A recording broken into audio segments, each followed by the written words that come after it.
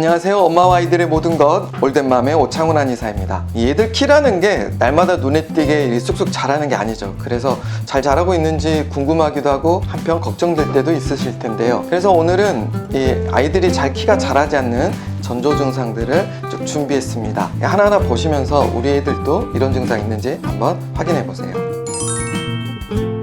키가 자라지 않는 첫 번째 증상은 바로 자면서 땀을 흘리는 겁니다. 낮에는 멀쩡했는데 잠자리에 들고 나서 이게 진땀처럼 흘리는 거예요. 한의학에서는 이런 증상을 도안이라고 부릅니다. 이 도안이 있는 애들은 뼈의 영양 성분이 부족해요. 이 뼈가 자라도록 공급되는 영양 성분은 단순히 이렇게 밥만 잘 먹는다고 생기는 게 아니에요. 여러 가지 양질의 음식을 골고루 잘 섭취해서 그 액기스를 모아 만든 그런 고급 진액이 이 뼈를 자라게 한다. 골수를 보충한다. 그리고 이게 충분해야 키가 큰다. 이렇게 말씀드리는데요. 도안은 바로 이런 진액이 부족할 때 발생하는 증상입니다. 그러니까 낮에 너무 활동 많이 해서 잠깐 하루 정도 흘리는 이런 땀이 아니라 3, 4일 이상씩 매일같이 밤마다 잠잘 때 흘리는 땀이 있다면 이건 성장에 적신호가 켜진 걸로 보고 치료를 하는 게 맞아요. 그리고 키가 자라지 않는 두 번째 증상은 여름이 아닌데도 애들이 막 더워하고 땀을 흘리는 이런 증상들입니다. 그래서 이 아이들은 집에서도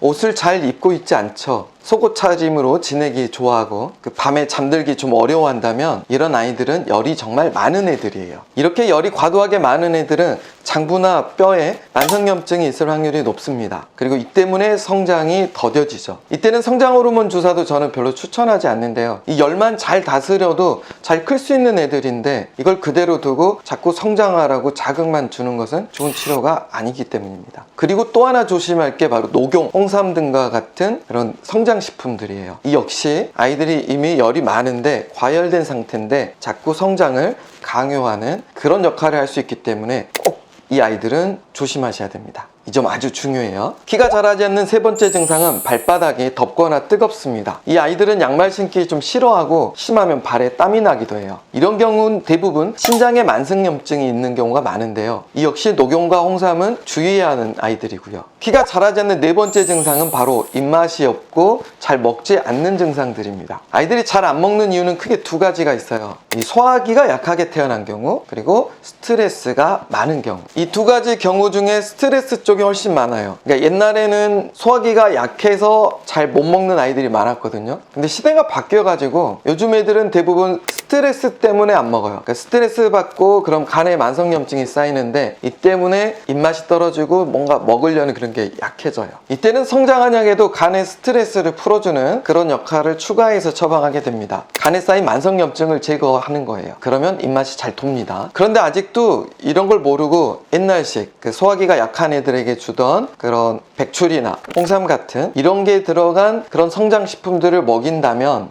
좀 먹일 때야 좀 밥도 더 먹고 그럴 수는 있는데 이 멀쩡한 소화기만 자꾸 약으로 자극하면 어떻겠어요? 길게 보면 좋을 리가 없잖아요. 이 스트레스는 그대로 두고 있는데. 그래서 이런 성장한약도 요즘 아이들이 살아가는 이 환경, 사회에 맞게 이렇게 업그레이드를 해야 합니다. 물론 잘 처방하는 것은 저와 같은 의료인들의 몫일 텐데 부모님들도 이 관점이 살짝 넓어져서 정말 좀 변화가 필요하겠구나 그런 인식을 하셨으면 좋겠어요. 키가 자라지 않는 다섯 번째 증상은 바로 무의미하게 반복하는 이 음성과 행동들입니다. 스트레스 강도가 감당할 수 있는 정도를 넘어가면 이 간에 만성염증이 쌓여서 이런 증상이 생기는데 어른들은 이게 쌓여가지고 질병이 되죠. 근데 아이들은 스트레스가 쌓이면 먼저 성장부터 저해하게 돼요. 그게 더 진행되면 이제 질병이 되는 것이죠.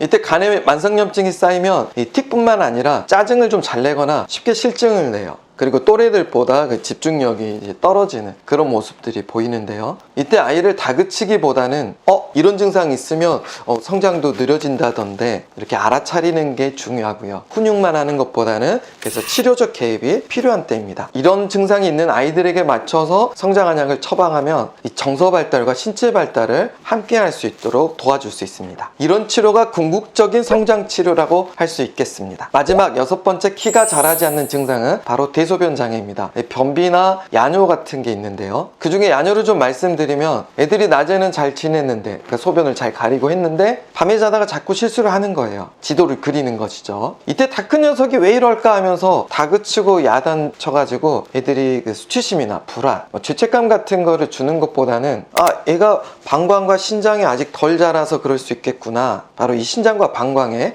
만성염증을 의심해 보는 것과 이 환경적인 어떤 변화 때문에 얘가 스트레스를 많이 받았는지 이런 부분들 점검하시는 게 필요해요. 오늘 말씀드린 증상 중에 한 가지라도 있다면 이 각 장부의 그 만성염증들 때문에 뼈가 충분히 자라도록 골수에 영양 공급 잘 되지 않고, 그래서 많이 성장이 저해될 수 있습니다. 몰랐을 땐 어쩔 수 없었다 하더라도 이런 증상 알게 되었으니까 이제부터라도 아이들 이런 증상 있는지 잘 관찰해 주세요. 발견했을 때 치료해도 그렇게 늦지 않습니다. 자, 오늘 준비한 내용은 여기까지고요. 키가 자라지 않는 전조 증상들 복습하면서 오늘 시간을 마치겠습니다.